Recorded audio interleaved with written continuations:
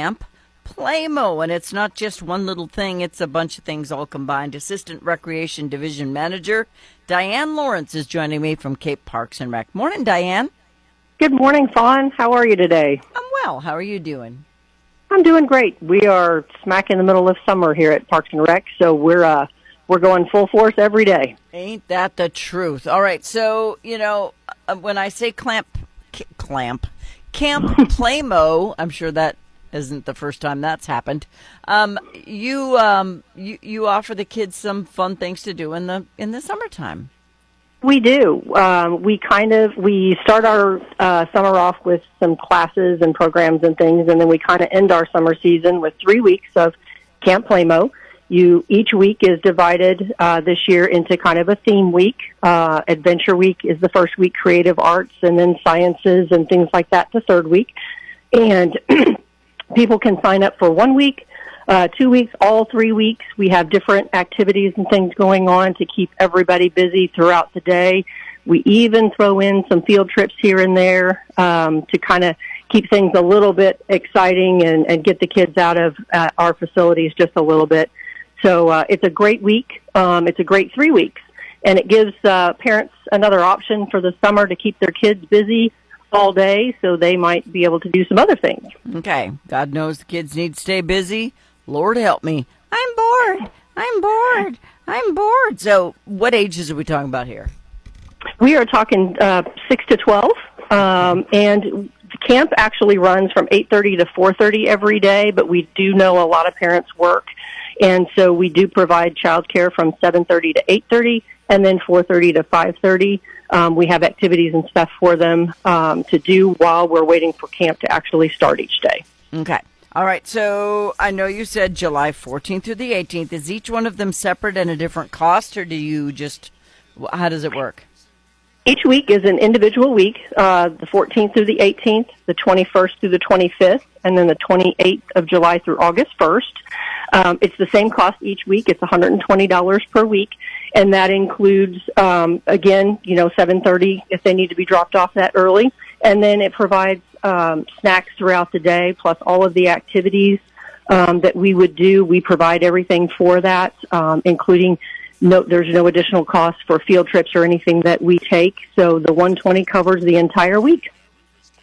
That's pretty good. That's a pretty good price for a whole week long. Now, what sorts of activities are they going to do?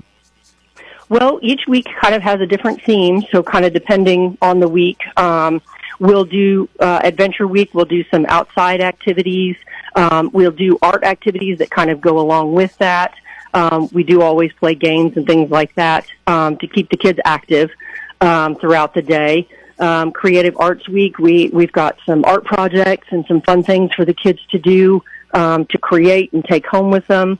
And then Science Week, we've got some experiments and kind of some fun things for the kids to do that some of our staff are really excited about sharing with them. Good stuff. And a lot of kids love doing art. I've run out of places in my house for me to put that artwork that you lovingly send home with them. So I don't know if you could build maybe a showcase for some arts and, things that Absolutely. The kids have done.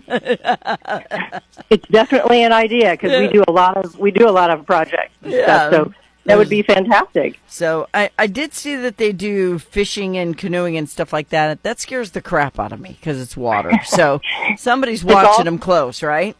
Oh, absolutely. All the activities are supervised by our staff, and then if we've got special activities like canoeing or things like that, then we do bring in additional certified staff to make sure that all of our campers are safe and have a great experience. Okay. All right. So, but life jackets, stuff like that. You've got all those, or do kids have to bring them?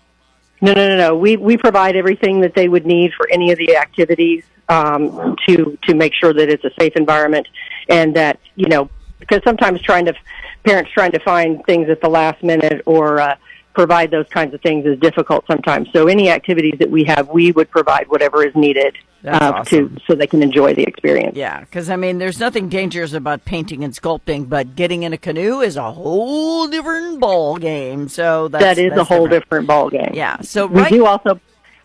Go ahead. No, I was going to say right now, though, the kids are watching YouTube and they're studying history and they're doing things that we would have never thought of doing when we were kids. We were too busy trying to stay away from the house.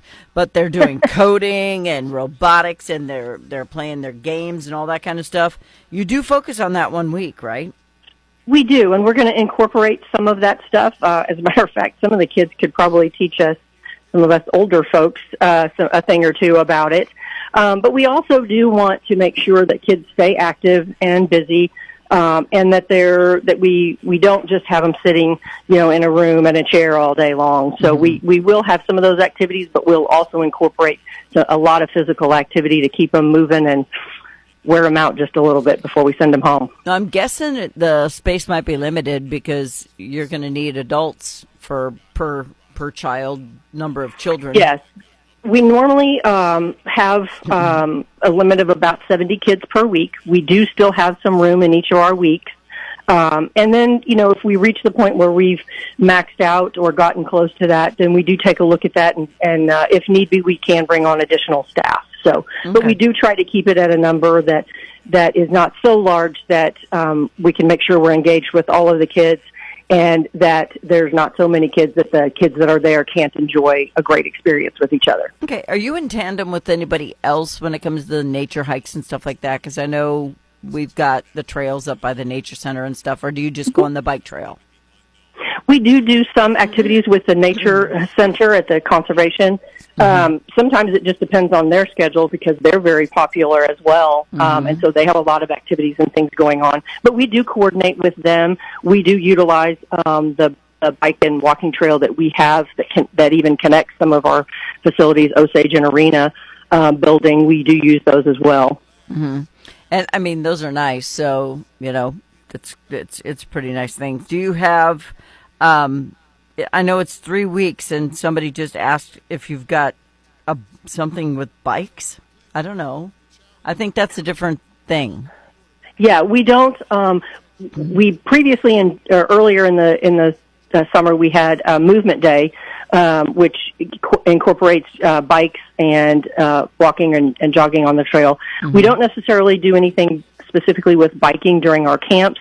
It's kind of hard to provide or make sure that all the kids would have those available. Right. Definitely something we could look at for the future, though. Yeah, but you'd have to bring your own bike, so everybody remember that. And if you're going to be hiking and doing stuff, make sure your kids are in something besides flip-flops.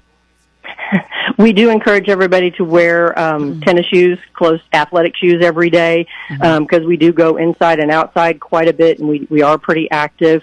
If we have them outside or anything like that, we do make sure that we've got sunscreen available.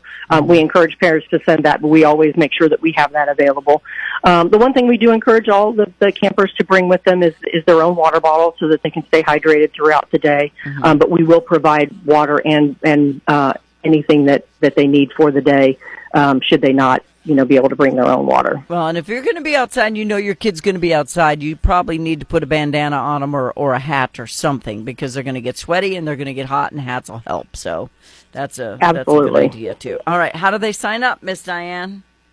They can go online to City of Cape, Parks and Recreation, and they'll find it on the page. They can also call Arena Building and or Osage Center. If they need more information, they can email Brian Davidson at cityofcape.org or myself, Diane Lawrence, at cityofcape.org, and we will get them taken care of. Diane has two N's, for those of you who don't know. Is Playmo going to make an appearance? You never know. Playmo is pretty busy this summer with a lot of activities. I mean, he has a birthday coming up next week. So, but you never know. Playmo might make an appearance at the camps. You never know. Never know. That guy's everywhere. I see him sometimes, freaks me out. I'm like, oh, God, big chicken. No, it's Playmo. He can sneak up on you, let me tell you. He does. He's a sneaky little chicken. All right, Diane Lawrence is an Assistant Recreation Division Manager with Cape Parks and Rec. Camp Playmo, 3 sessions beginning at the Osage. Make sure you check them out. They start mid-July. Get your spot reserved now. Thank you, Diane. Thank you, Fawn. Have a great day. You too. Happy 4th. Bye.